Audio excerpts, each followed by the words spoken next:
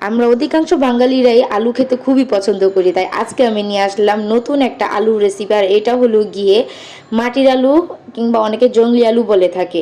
এর জন্য প্রথমে আমি পেঁয়াজ, কাঁচামরিচ আর ধনিয়া পাতা কাইটা নিলাম।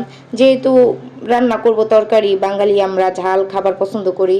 এরপরে আমি এই যে আলুটা দেখুন, আবার অনেকে এটাকে পেস্তা আলুও বলে, যাই হোক আমরা এটার মাটির আলু বলি।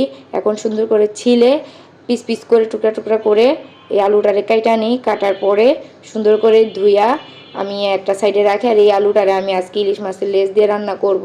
ফ্রিজেই ছিল বরাবরই। এখন আমি এই রান্না বসাই দিলাম, পেঁয়াজ দিয়ে দিলাম তেলের মধ্যে, তারপরে দিয়ে দিব কিছু মশলা।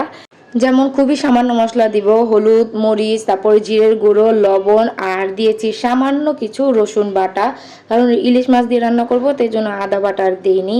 তারপরে এটাকে সুন্দর করে পানি দিয়ে ভালো করে লাল লাল করে কষায় নিই মশলাটাকে।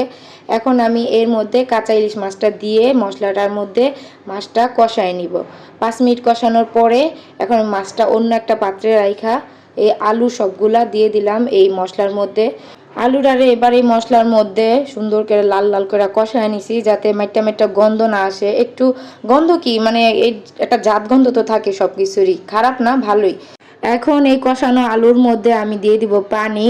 পানিটা ফুটা উঠলেই আমি ওই যে মাছটা যে কষায় রাখছিলাম এই মাছটা দিয়ে সুন্দর করে নেড়াচেড়া মিডিয়াম আঁচে এই আলুটারে সেদ্ধ করে নিই। তারপরে এই তরকারি রান্না শেষ হওয়ার পরে আমি দিয়ে দিই কিছু কাঁচামরিচ আর ধনিয়া পাতা, যাতে এই তরকারির মধ্যে সুন্দর ঘ্রাণটা আরও ছড়ায় যায় এবং তরকারি খাইতে খুব ভালো হয়। ব্যাস, আমার রান্না করা শেষ। এখন আমি বাটিতে সুন্দর গরম গরম পরিবেশন করলাম। আর কার কার ভালো লাগে এই আলু কমেন্ট বক্সে জানাবেন।